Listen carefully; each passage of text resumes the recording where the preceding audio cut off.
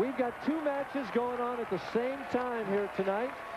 Earl and I will try and sort this all out for you. It's a different format, a very exciting format. Norm Duke is on lane number 1.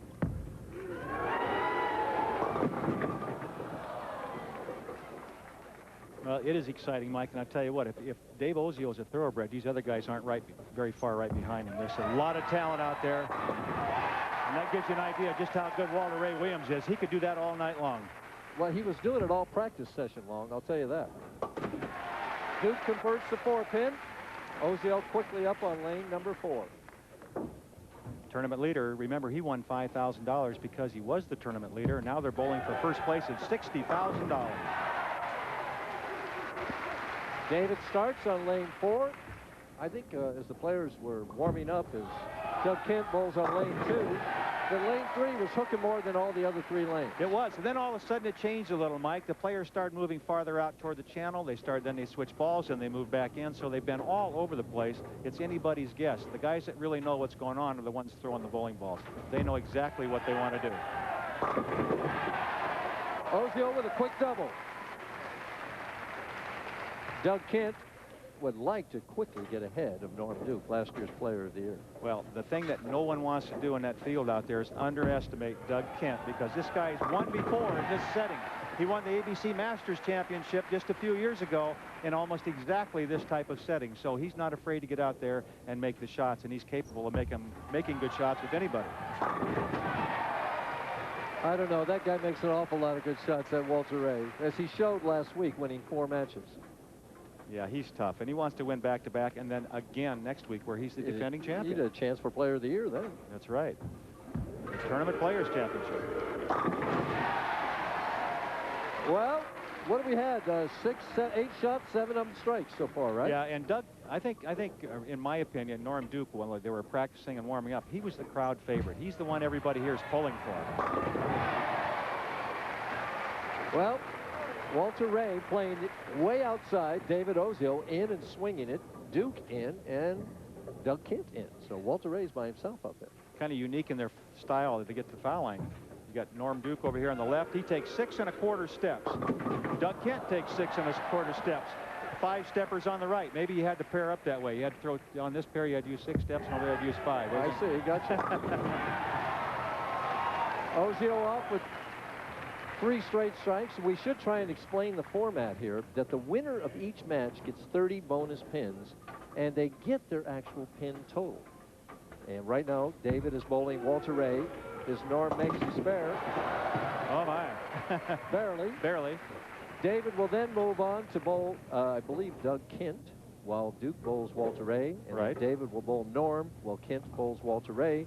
And the 2 players with the highest pin total and bonuses will bowl each other for the championship. Don't fall off over there, David. It's a long drop.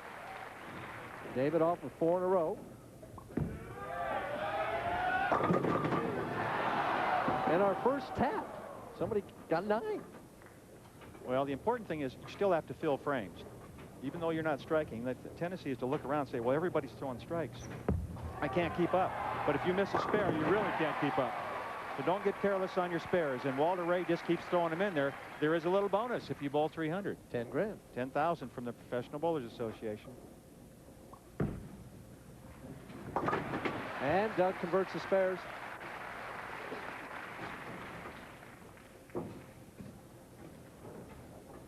Trying for 5. Walter Ray on lane 3. And we can see the scoreboard. Easy to keep track of that. They're even.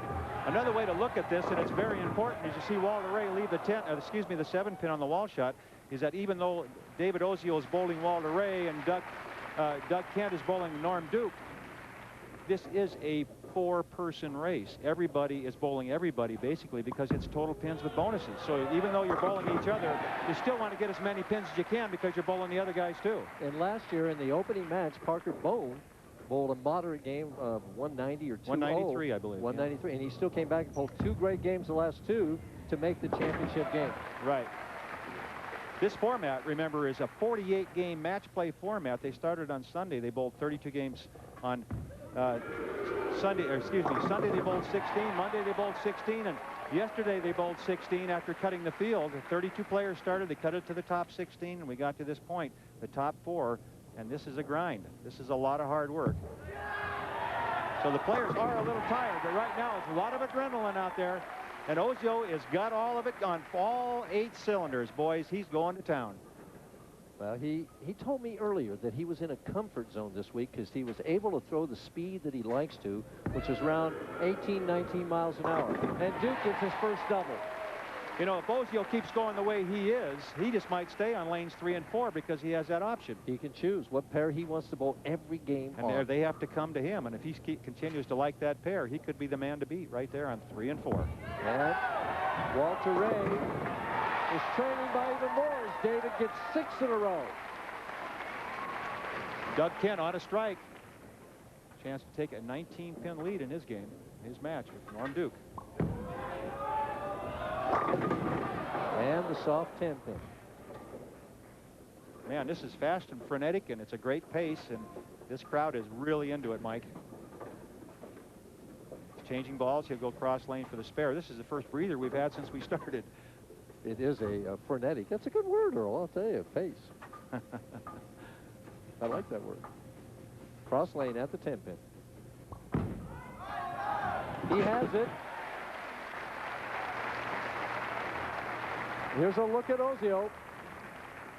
Well, now through 5 frames, Doug Kent trails by 1 pin. David Ozio leads by 21 pins. We got the second half of this match to go. Don't touch that clip. We're working hard to create a new Elizabeth. If he were a fighter, he's got him crowded, Earl. He does. But you know what's kind of interesting, Mike, is that the scoring on lanes 3 and 4 is much higher than the scoring on lanes 1 and 2. And I don't think there's that much difference in the caliber of players, even though they're all great players. So there might be something in the fact that Ozio chose that pair. He thinks it's a high-scoring pair, and he, as you said, he's at his optimal right now. He's at his best as far as speed control is concerned, and that means he can hit the pocket time after time because he's very comfortable. That's why he chose that pair. So maybe he didn't care about offense. He knew he could handle Walter Ray.